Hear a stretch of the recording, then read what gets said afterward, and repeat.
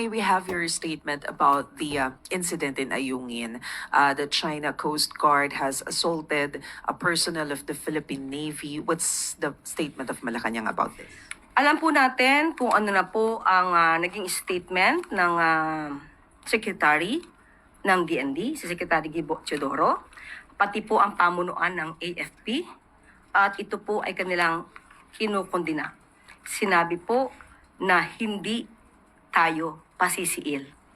At pati po ang DFA ay nagbigay na rin po ng pahayag. Akin din pong babanggitin ang ibinigay nilang pahayag para po maibahagi ko sa inyo. The DFA is in coordination with the AFP regarding the details of the incident. Any act of violence against Filipino personnel is unacceptable and will merit the appropriate diplomatic action. The DFA is committed to upholding the safety and well-being of Filipino personnel in BRP Sierra Madre who are lawfully performing their duties. So yan po ang mensahe ng DFA patungkol po sa Ayungin Shoal incident. So hindi po din ninanais ng Pangulo ang ganitong mga klaseng insidente na siyang nagbibigay ng polisiya na dapat tayo ay tumugon sa mga ganitong klaseng mga insidente through a diplomatic manner. So, hindi po talaga katanggap-tanggap itong nangyayari sa pagitan po ng bansa po natin at ng China. Pero ma'am, doon po sa naging pahayag ng spokesperson ng Chinese Embassy, iba na naman yung kanilang naratibo at sinasabi nila na ignoring repeated warnings from the Chinese side, Philippine personnel continued their provocations, deliberately stirred up trouble, and maliciously attacked Chinese law enforcement officers with paddles. Sa atin po,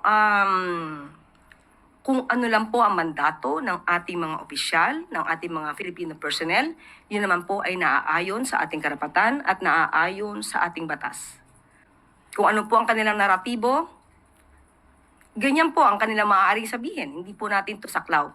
Pero ang pinaninindigan po natin, kung ano ang karapatan natin, at kung anong dapat lamang gawin ng ating mga opisyal at mga Filipino personnel padating po dyan. So, sinusuportahan po natin ang mga ginagawa ng ating mga Filipino officials. But will the President consider changing our strategy when it comes to the issues with China? Kasi the Malacanang has always been saying na ang pinoproseso natin, ginagamit natin as diplomatic dialogue.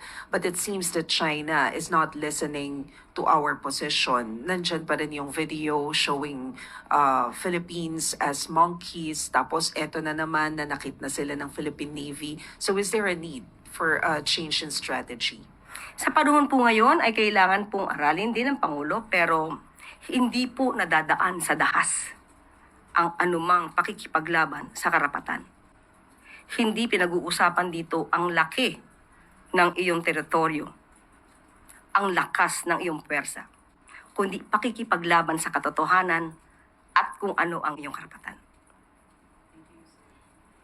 Follow-up question, Ivan Mayrian ng GMA7.